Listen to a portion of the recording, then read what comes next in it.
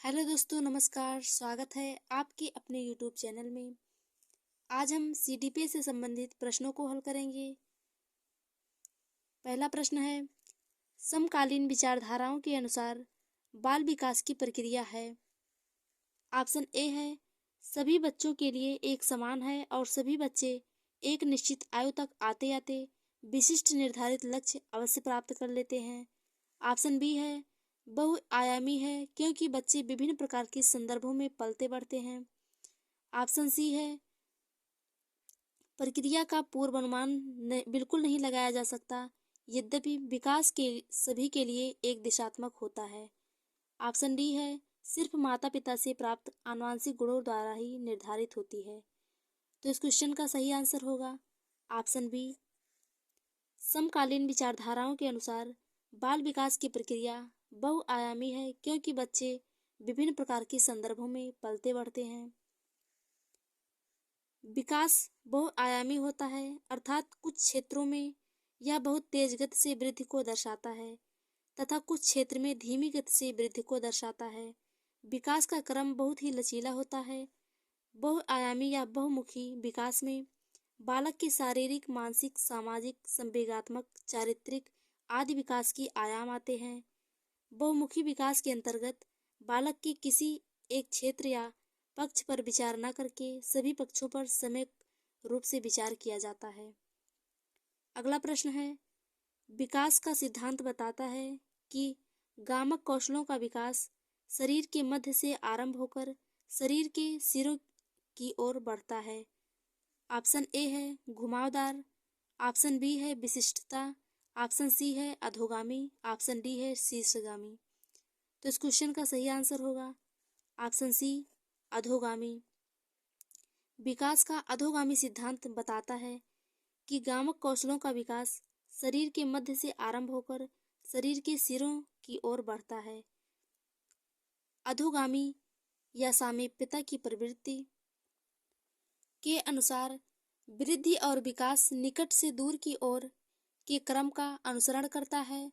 इसके अनुसार पहले केंद्र में स्थित अंगों की रचना व नियंत्रण होता है, फिर केंद्र से दूर स्थित अंगों की रचना व नियंत्रण होता है। यही कारण है कि बालक पहले हाथ व पैर की मांसपेशियों पर नियंत्रण करना सीखता है तथा बाद में अंगुलियों के संचालन में निपुण होता है।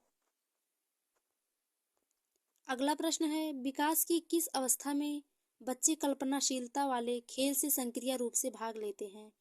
ऑप्शन ए है शैशवावस्था, ऑप्शन बी प्रारंभिक बाल्यावस्था, ऑप्शन सी मध्य बाल्यावस्था, ऑप्शन डी किशोरावस्था। तो इस क्वेश्चन का सही आंसर है ऑप्शन बी, प्रारंभिक बाल्यावस्था।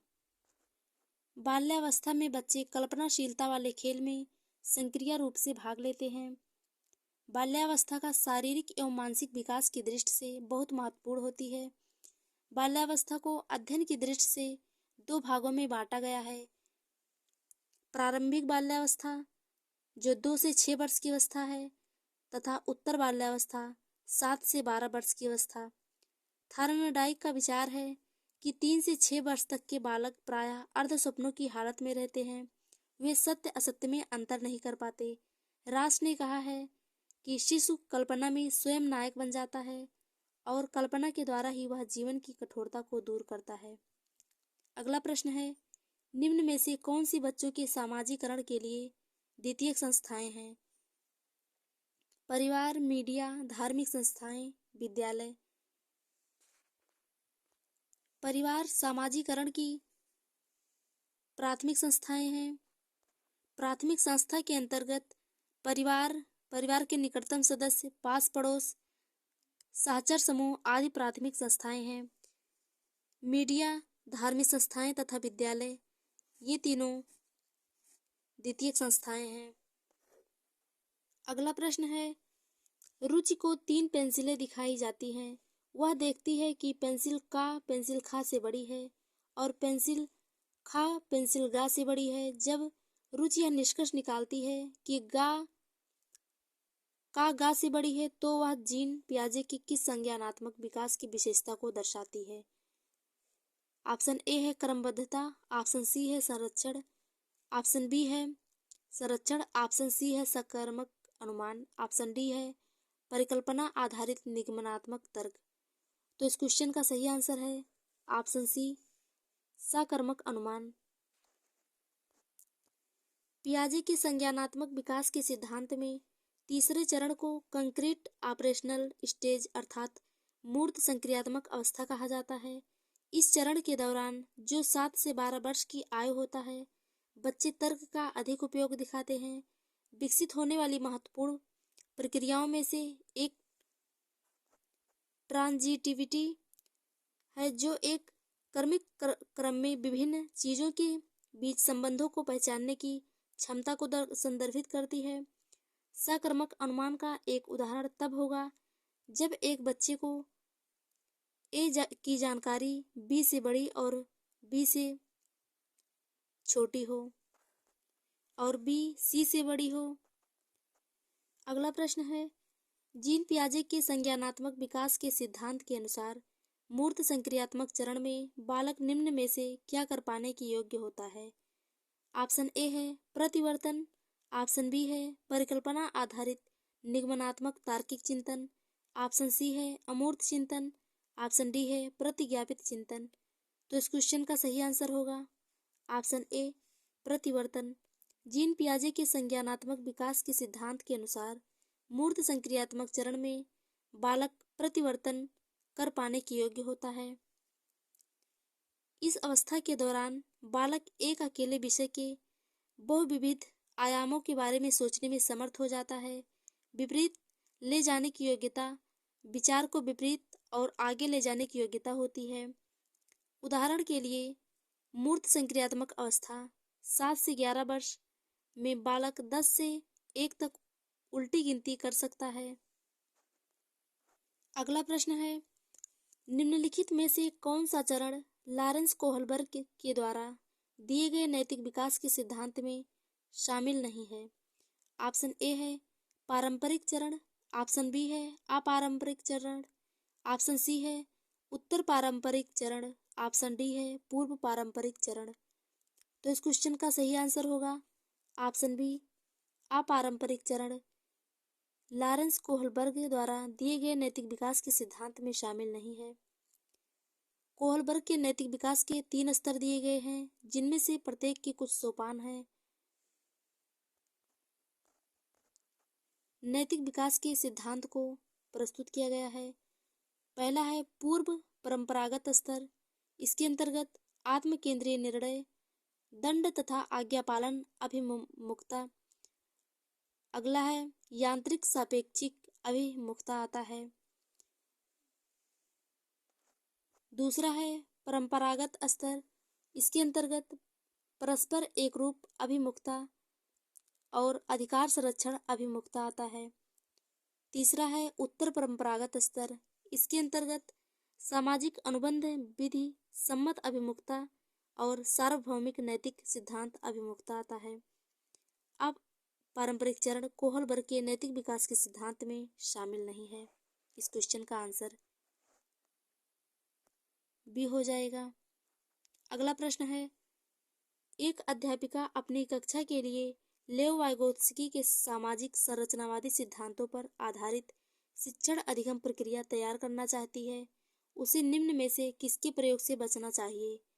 ऑप्शन ए सामाजिक संदर्भों पर आधारित शिक्षण अधिगम की अभिकल्पना करना, ऑप्शन बी विद्यार्थियों के अधिगम प्रयासों का गहन अवलोकन करना, ऑप्शन सी अधिगम के आकलन के लिए मानकीकृत परीक्षाओं का इस्तेमाल करना, ऑप्शन डी आवश्यकता के अनुसार पाठ का प्रयोग करना।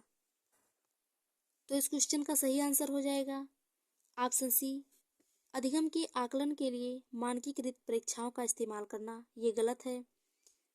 एक अध्यापिका जब अपनी कक्षा के लिए लेव वाइगोत्स्की के सामाजिक संरचनावादी सिद्धांतों पर आधारित शिक्षण अधिगम प्रक्रिया तैयार करना चाहती है, तो उसे मानकीकृत परीक्षाओं का इस्तेमाल नहीं करना चाहिए,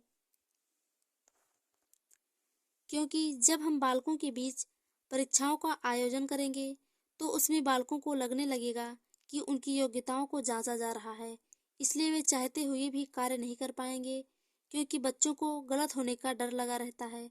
इसलिए वाइगोत्स्की का मानना है कि बच्चे सिखाने के लिए सामाजिक संरचनावादी सिद्धांतों या सामाजिक सांस्कृतिक सिद्धांतों पर शिक्षण अधिक कराना चाहिए, जिससे बालक समाज की अंतःक्रिया के बीच रहकर सीख सके।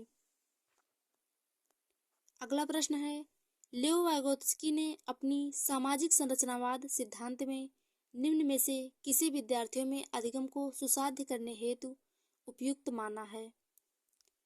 ऑप्शन ए है सहकर्मी सहयोगिता, ऑप्शन बी है सांस्कृतिक उपकरणों का हस्तक्षेप, ऑप्शन सी है रट कर याद करने पर बल, ऑप्शन डी है गैर संदर्भित पाठ्यक्रम।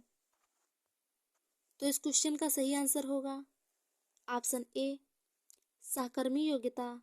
लेओ वाइगोत्स्की ने अपनी सामाजिक संरचनावाद सिद्धांत में सहकर्मी योग्यता को विद्यार्थियों में अधिगम को सुसाध्य करने हेतु उपयुक्त बताया है। सहयोगात्मक अधिगम सहकर्मी या बड़े समूहों में हो सकता है। पीयर को ऑपरेटिव या पीयर इंस्ट्रक्शन एक प्रकार का सहयोगी शिक्षा है, जिसमें छात्रों को जोड़े या छोटे समूहों में अवधारणाओं पर चर्चा करने या समस्याओं का समाधान खोजने के लिए शामिल किया जाता है। सहकर्मी योग्यता यह एक शैक्षणिक पद्धति है जिसका उपयोग वर्तमान में कक्षाओं में सीखने की सुविधा के लिए किया जाता है। अगला प्रश्न है, किसी प्रगतिवादी कक्षा के बारे में एक अध्यापिका का क्या विश्वास होना चाहिए? ऑप्शन ए है कक्षा हमेशा कठोर नियंत्रण में रहे और सिर्फ अध्यापक को निर्देश देने चाहिए। अधिगम केवल कक्षा में ही होता है। कक्षा में विद्यार्थी अपने साथ विविध प्रकार के समृद्ध अनुभव लाते हैं।